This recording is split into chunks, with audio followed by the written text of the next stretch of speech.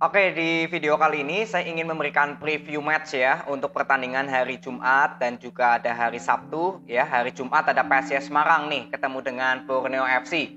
Jadi kalau berbicara dari skema permainan sebetulnya untuk PSIS Semarang dan Borneo FC ini sudah menemukan skema yang terbaik lah ya. Udah lihat dari berapa kali cara permainannya ya memang sudah menemukan skema permainannya masing-masing secara chemistry.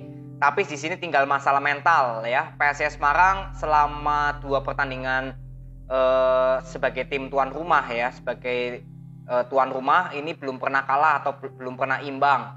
Jadi besok match ketiga nih PSIS Semarang bermain sebagai tim tuan rumah. Jadi apakah besok PSIS Semarang bisa melanjutkan tren positifnya jika sebagai tim tuan rumah? Ini kita akan lihat besok. Sedangkan untuk Borneo FC sebagai tim tamu ya, ini dalam 2 pertandingan terakhir belum pernah menang. Jadi besok lawan PSIS Semarang ya kita akan melihat apakah Borneo FC bisa memutuskan ya kunci tanpa kemenangan jika bermain sebagai tim tamu. Karena kalau lihat dari komposisi pemain sebetulnya PSIS Semarang juga hanya kehilangan Vitinho ya kalau nggak salah yang masih mengalami cedera, tapi ya untuk Gali ya yang kemarin sempat masuk di pemain terbaik minggu lalu ya ini juga kalau boleh dibilang nggak ada masalah ya. Jadi untuk PSIS Semarang tinggal melanjutkan konsistensinya aja ya. Kemarin lawan PSIS Sleman imbang juga ya, masalah pergantian pemain, pergantian strategi di babak kedua terutama dari Agius ini juga bisa menjadi perhatian khusus nanti ya. Kita akan lihat di preview nanti. Lalu untuk Borneo FC ya kemarin juga menang lawan Barito Putra walaupun ada salah satu gol ada kesalahan juga ya dari pemain Barito Putra yang gol kedua, tapi oke nggak masalah. Artinya secara mental ya Borneo FC juga kalau dilihat dari hasilnya ini masih ada inkonsisten sedikit ya, imbang, menang, kalah, menang. Jadi besok kita akan lihat ketemu PSIS Semarang, semoga bisa ya konsisten untuk menerapkan skema permainan dari awal hingga akhir ya. Jadi ini lawan PSIS Semarang ya, PSIS Semarang juga kalau boleh dibilang lagi top perform ya. Borneo FC juga sama sedang top perform, tinggal ke masalah hasil nanti kita lihat untuk PSIS Semarang atau untuk Borneo FC yang bisa merambil 3 poin. Nah nanti kita ketemu di video review untuk PSIS Semarang dengan Borneo. Kita akan lebih panjang berbicara dari skema permainan kedua tim. Lalu next kita ke Persikabo dan Persita Tangerang ya. Persikabo yang kemarin akhirnya bisa memperoleh kemenangan perdana, tapi harus ditinggal oleh pelatihnya ya, Saril Sahak yang mengundurkan diri atau berpisah lah ya. Intinya ya ini juga harus menjadi bukti besok lawan Persita, karena kan Persikabo sementara mungkin akan dinakodai oleh asistennya ya mungkin ya. Nanti tinggal kita lihat lawan Persita, karena Persita Tangerang juga di 3 pertandingan terakhir ini win streak ya, belum pernah kalah lalu tanpa kemasukan. Jadi kalau dilihat dari sektor depan Persikabo yang kemarin bisa menciptakan 2 gol ya kan artinya sudah ada produktivitas gol yang naik. Nah nanti besok lawan Persita Tangerang bisa dibuktikan, karena melihat lini belakang Persita ini juga cukup baik ya, 3 pertandingan terakhir tanpa kemasukan ya. Lalu lini depannya juga walaupun memang golnya tipis-tipis ya, tapi kalau dilihat secara 90 menit ya peluang-peluang yang tercipta dari Persita juga sebetulnya banyak, tapi yang berhasil menciptakan gol memang tipis-tipis ya. Jadi nanti besok kita akan lihat apakah untuk Persikabo bisa melanjutkan kemenangannya lagi karena ini bermain di kandang sendiri, atau justru Persita Tangerang yang akhirnya bisa melanjutkan win streak keempatnya besok ya, bertemu di kandang dari Persikabo ya, bermain di stadion Wibawa Mukti Cikarang. Ini bukan di Pakansari ya, ini sesuai dari tata saya di Wibawa Mukti di Cikarang ini ya. Besok kita akan lihat dan kita akan ketemu di video reviewnya. Lalu next ada Persik Kediri ya dengan Persib Bandung. Wah ini big match ini ya kalau boleh dibilang. Kenapa? Karena kedua tim sama-sama sedang dalam perform yang kurang baik. Lalu selama saya menganalisa pertandingan Persik Kediri dengan Persib Bandung, ya memang untuk Persib Bandung berapa kali kesulitan ya untuk menang lawan Persik Kediri. Kalau nggak salah di 2 musim terakhir lah.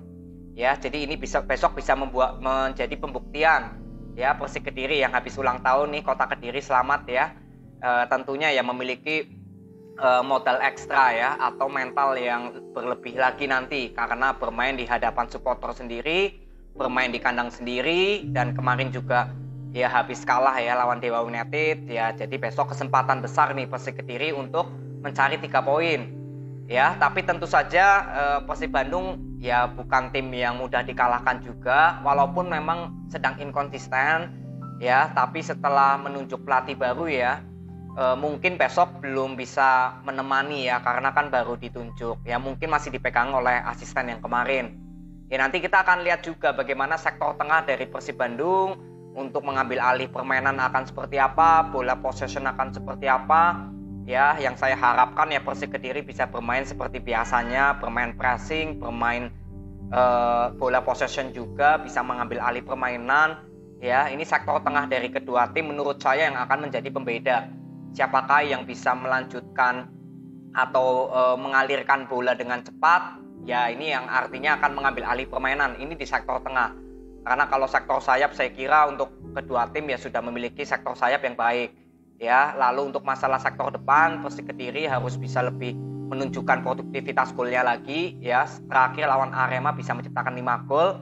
Nah, ini besok harus dibuktikan ya. Lalu pertahanan Persib Bandung juga sejauh ini masih kurang baik. Besok kita juga akan lihat apakah pertahanan Persib Bandung berhasil untuk menjaga gawangnya agar clean sheet ya dari bolanya Persik Kediri. Lalu untuk sektor depan Persib Bandung ini sudah cukup bagus, sudah cukup matang. Dan besok untuk pertahanan Persik Kediri yang mungkin masih belum diperkuat oleh pemain intinya, ya kita akan lihat juga sejauh mana pertahanan Persik Kediri bisa menjaga gawangnya agar tidak kemasukan. Ya, apakah besok Kartika Acita diturunkan? Ya, ini kita juga akan lihat. Ya, jadi nanti kita ketemu di video review untuk Persik Kediri dengan Persib Bandung. Lalu next ya, dari Bayangkara FC dengan PSM Makassar. Wah, ini juga menurut saya cukup seru ya, karena Bayangkara FC ini belum pernah menang dalam 4 pertandingan terakhir ya, 0 poin. Sedangkan untuk PSM Makassar justru sudah memperoleh 2 kemenangan beruntun. Artinya untuk Bayangkara FC ya, ini memang untuk gaya permainannya sudah mulai bisa ditebak.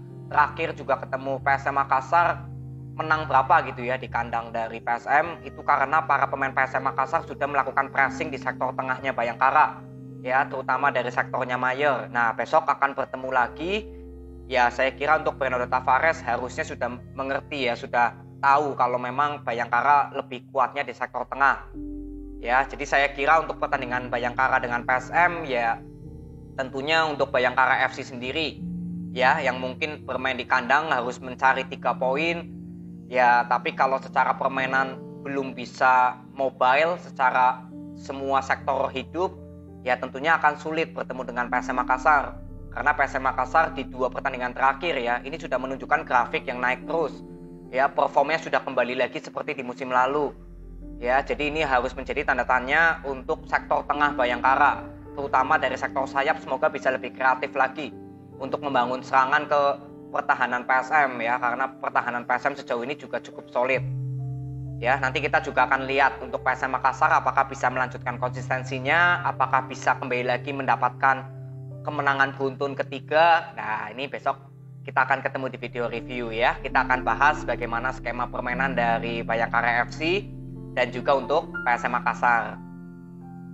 Lalu next ya, ada Bali United dengan Dewa United. Ya, ini juga pertandingan cukup seru karena untuk Bali United boleh dibilang ini ujian juga ya, bermain di kandang sendiri. Artinya Bali United tentunya untuk secara mental juga cukup bagus ya. Bali United di 2 pertandingan terakhir juga bisa menciptakan 2 kemenangan beruntun ya, menciptakan golnya tinggi, kemasukannya juga dikit-dikit ya, dari 2 pertandingan terakhir hanya 1-1. Ya, artinya untuk segi mental, segi pertahanan, penyerangan, ini Bali United sudah memiliki modal yang baik untuk bertemu dengan Dewa United. Karena Dewa United juga dalam 4 pertandingan terakhir ini belum terkalahkan ya. Jadi artinya ya ini ujian juga untuk Bali United, bagaimana skema permainan nanti, terutama dari kreativitas serangan. Karena Dewa United dari kreativitas serangan ini juga sudah semua lini hidup. Ya, jadi nggak hanya mengandalkan sektor tengah maupun sayap. Sedangkan untuk Bali United ya tentu saja yang saya harapkan, yang saya ingin lihat ya, semoga penyerangan Bali United lebih bisa berkreativitas lagi di sektor tengah. Jadi seperti end passing atau final pass nggak selalu diberikan dari pemain sayap, tapi pemain tengah juga bisa memberikan final pass.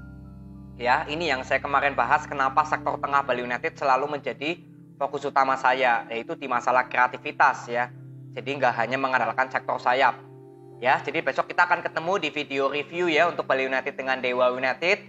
Semoga jalannya pertandingan dari berapa tim ini ya? 6 tim ya. Semoga bisa berjalan dengan baik ya. 5 tim. Ya, nanti kita ketemu di video review aja untuk kelima pertandingan ini. Terima kasih, sampai ketemu di video berikutnya. See you.